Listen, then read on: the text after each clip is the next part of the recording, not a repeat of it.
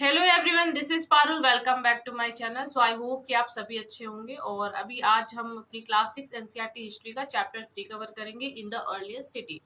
So heading है the story of Harappa. तो हड़प्पा की क्या स्टोरी है?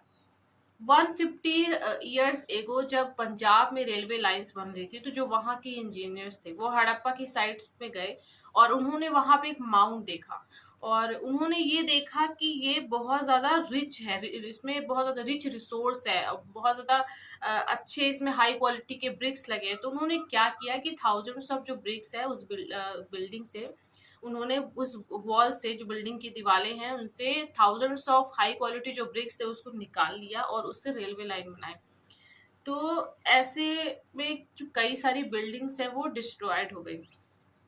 देन अबाउट 80 आर्कियोलॉजिस्ट ने इस सिटी को खोजा और उन्होंने रियलाइज किया कि ये तो बहुत ज्यादा पुरानी सिटीज है इस सब कॉन्टिनेंट में। And this was the first city to discovered. और जो हड़प्पा है वो फर्स्ट सिटी हुई जिसको उन्होंने खोजा। सो और भी जो मतलब बाकी जो सिटीज थी जो उन्होंने फाउंड करी, उसको उन्होंने कैसा डिस्क्राइब किया कि हड़प्पन सिटी है, मतलब ये हड़प्पा के अंदर ही आती है, हड़प्पन सिटी है। दिस सिटी डेवलप कब हुई? 4700 ईयर एगो। सेकेंड हेडिंग है what was special about this cities. In cities के बारे में क्या स्पेशल था? So many of this city were divided into 2 और मोर पार्ट्स। कई सारी जो भी सिटीज थी वो कितने पार्ट्स में डिवाइड थी? 2 पार्ट्स में डिवाइड थी। जो पार्ट ऑफ वेस्ट था, जो वेस्ट का पार्ट था, वो स्मॉल हुआ करता था लेकिन वो हायर हुआ करता था।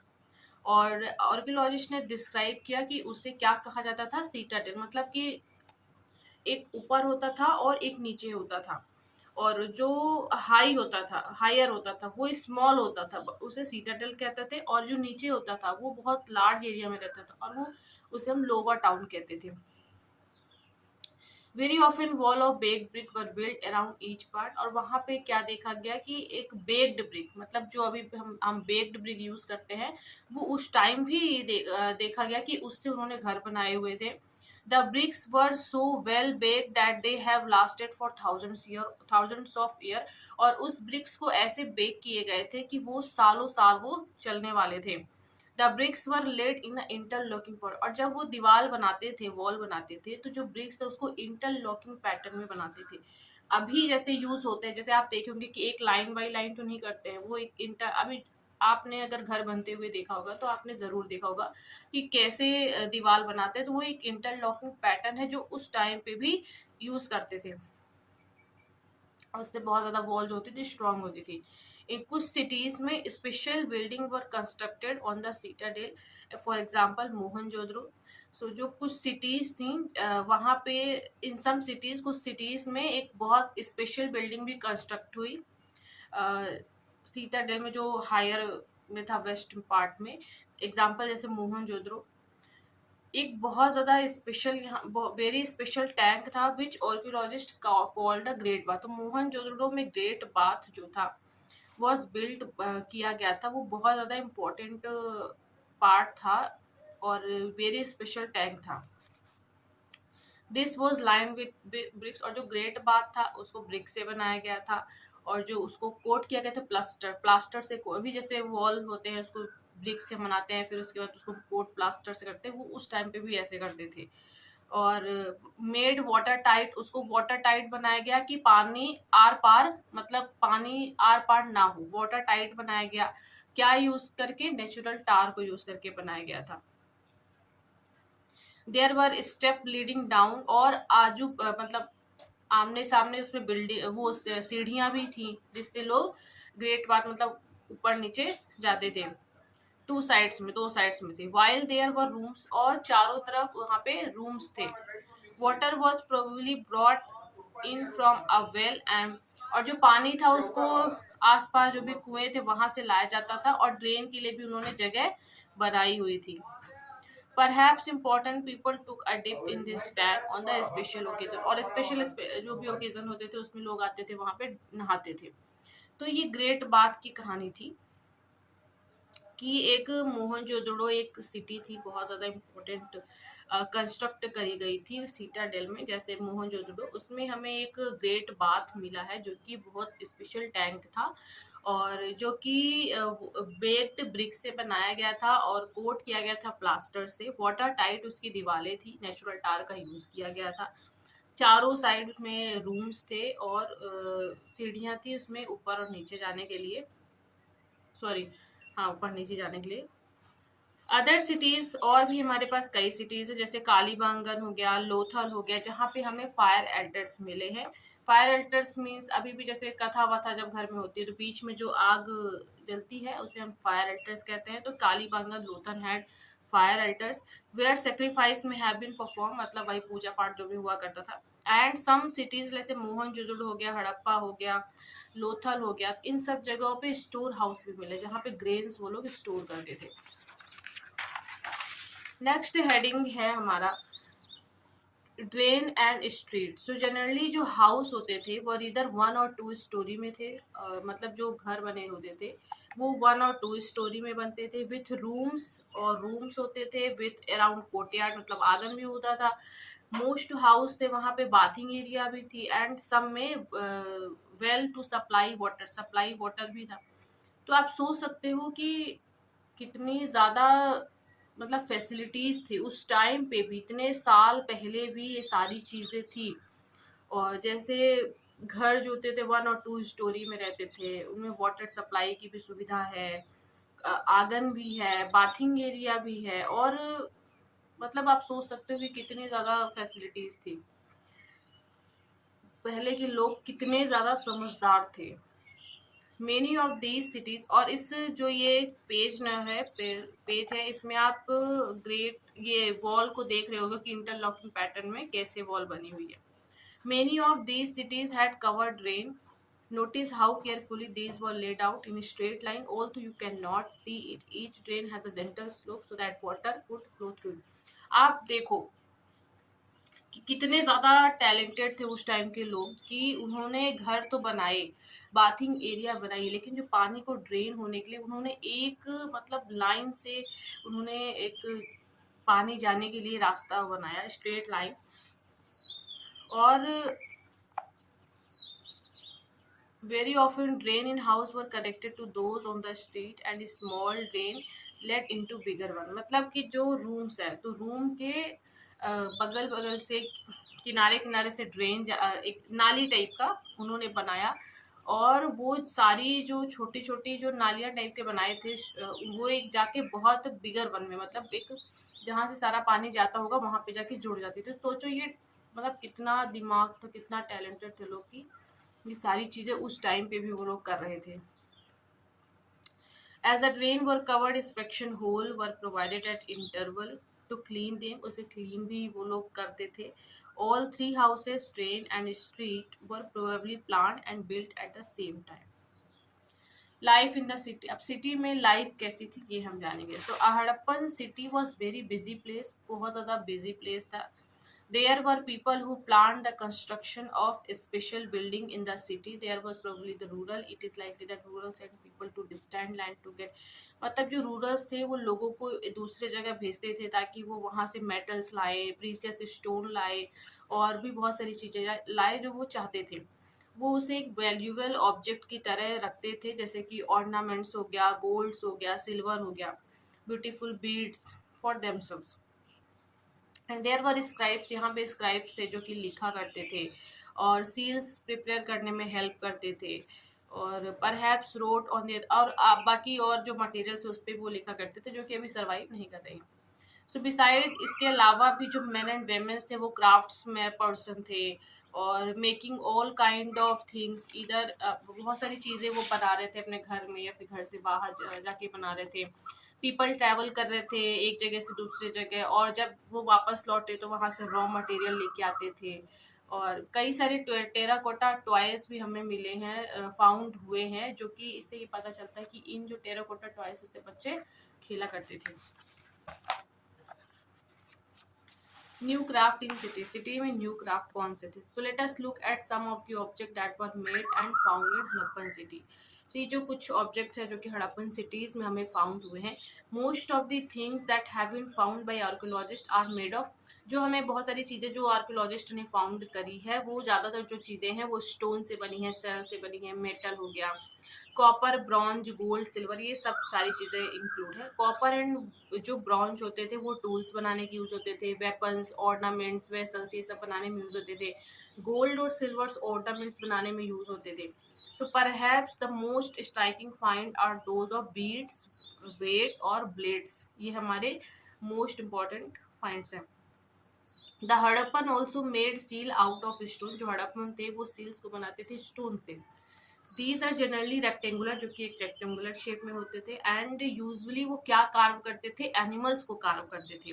द हड़प्पा ये पॉट्स भी बनाते थे जो कि बहुत ही सुंदर, उसमें एक ब्लैक डिजाइन बनाते थे, और जैसे कि आपको पेज में भी दिख रहा होगा। तो पॉट्स भी बनाते थे, उसे डेकोरेट भी करते थे। Cotton was probably grown. जो कॉटन हुआ है वो मेहरगढ़ में ग्रोन हुआ है about 7000 year ago. Actual piece of cloth were found attach to the lid of silver vase. Silver base का लिड मतलब एक चांदी का जो पीतल होता है उसका ढक्कन। तो cloth were found attach and ये हमें कहाँ मिला है, मोहनजोदड़ो में। Archaeologist have also found spindle whorls. Archaeologist ने स्पिंडल वोल्स भी यूज करा है। स्पिंडल वोल्स मतलब कि एक लंबा सा एक रहता था, उसमें धागा रोल करके रखते थे, जो कि किससे बना है, made of terracotta and faience. These were use to spin thread, मतलब वही धागे को फोल्ड करके वो लोग रखते थे। Many of things that were produced were probably the work of specialist. A specialist is a person who is trained to do only one kind of। और कुछ स्पेशलिस्ट होते थे जो कि सिर्फ एक ही टाइप का काम करते थे, जैसे कि कोई स्टोन कट कर रहा है, कोई पॉलिशिंग कर रहा है, कोई सील्स में कार्व कर रहा है। तो कुछ ऐसे तो जो कि जिनका एक काम में बहुत ज़्यादा उनका मतलब एक ही काम करते थे, और उस काम में वो बहुत अच्छे थे, स्पेशलिस्ट हुआ करते थे।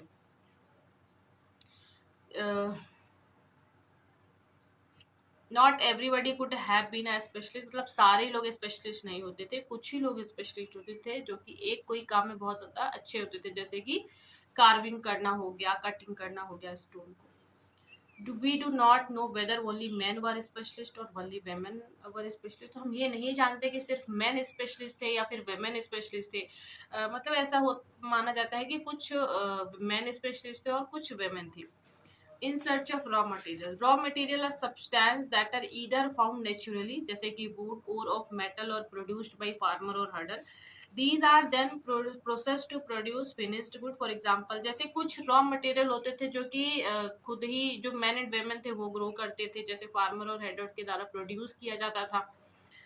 और फिर जैसे और उसके बाद उससे फिनिश्ड गुड कुछ गुड्स बनाया करते थे, जैसे कि कॉटन। कॉटन फार्मर्स प्रोड्यूस करते थे, ये एक रॉ मटेरियल जिससे फिर वो लोग क्लॉथ बनाते थे। So while some of the raw material that the Harappan used were available locally, many items such as a copper, tin, gold, silver, precious stone had to be brought from distant place। तो जो mainly जो cotton हुआ करता था वो grow किया जाता था, फिर उससे क्लॉथ बना जाता था, और कुछ मटेरियल्स थे जैसे कि कॉपर, टीन, गोल्ड, सिल्वर, जिसको दूसरे प्लेस जब जाते थे वो वहां से लेके आते थे। The Harappans probably got copper from present day Rajasthan. जो हड़प्पन से उनको कॉपर कहाँ से मिला, वो कॉपर कहाँ से लेके आए थे, तो जो प्रेजेंट डे राजस्थान है वहां से वो लेके आए थे, ओमान से लेके आए थे, एंड वेस्ट एशिया। और जो टिन है, टिन जो है कॉपर और ब्रॉन्ज को मिला के बनता है, तो ये कहाँ से लेके आए थे, ये अफगानिस्तान से लेके आए थे और ईरान से लेके आए थे। जो गोल्ड है वो कहाँ से लेके आए थे, कर्नाटक से लेके आए थे। एंड जो प्रीसियस स्टोन है वो कहाँ से, गुजरात, ईरान और अफगानिस्तान से। ये जो डेटा है ये याद करने वाली डेटा है। So food for people in the cities. तो while many people lived in the cities, other living in the countryside grew crops, rare animal।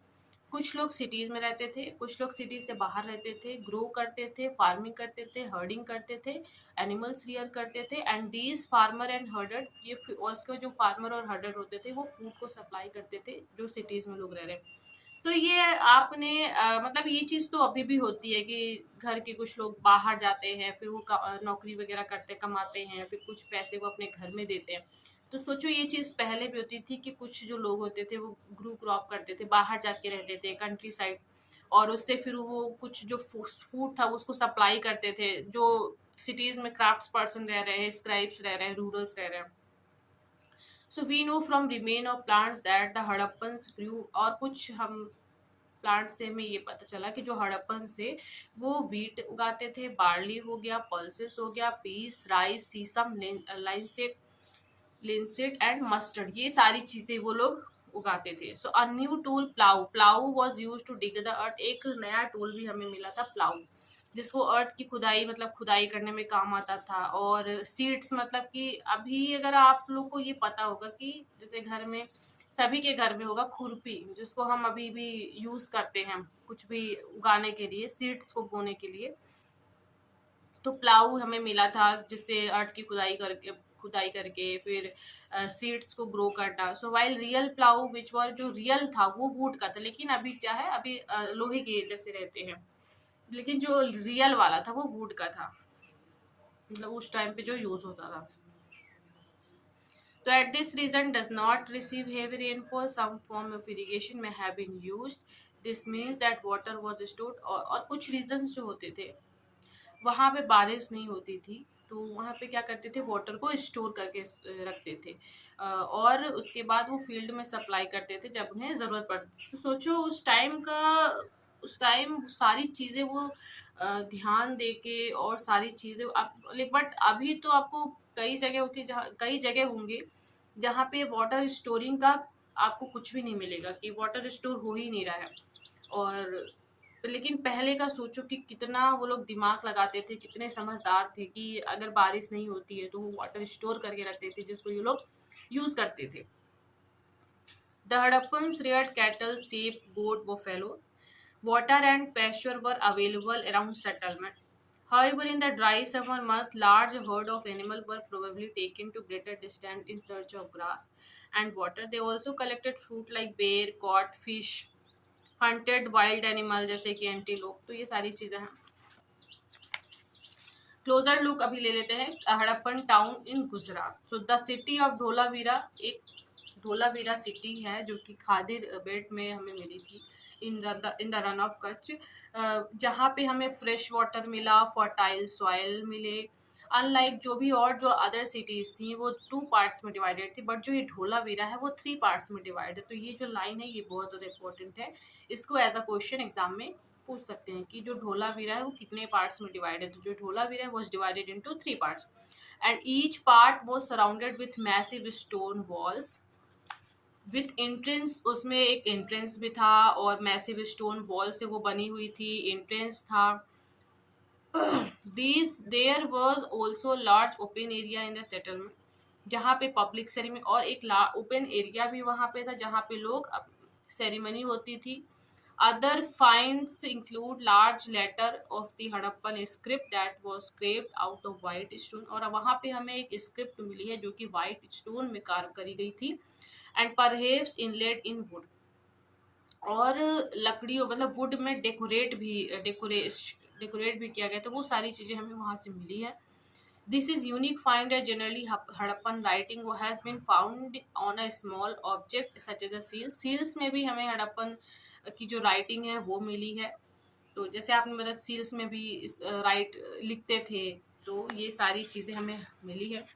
City of Lothal, जो लोथल है वो ट्रिब्यूटरी ऑफ साबरमती के पास में है एंड गुजरात गल्फ ऑफ खंबर के close है। It was situated near areas जहाँ पे रॉ मटेरियल जैसे कि सेमी प्रीसियस स्टोन हो गया वो इजीली अवेलेबल थे। This was an important centre for making object out of stone.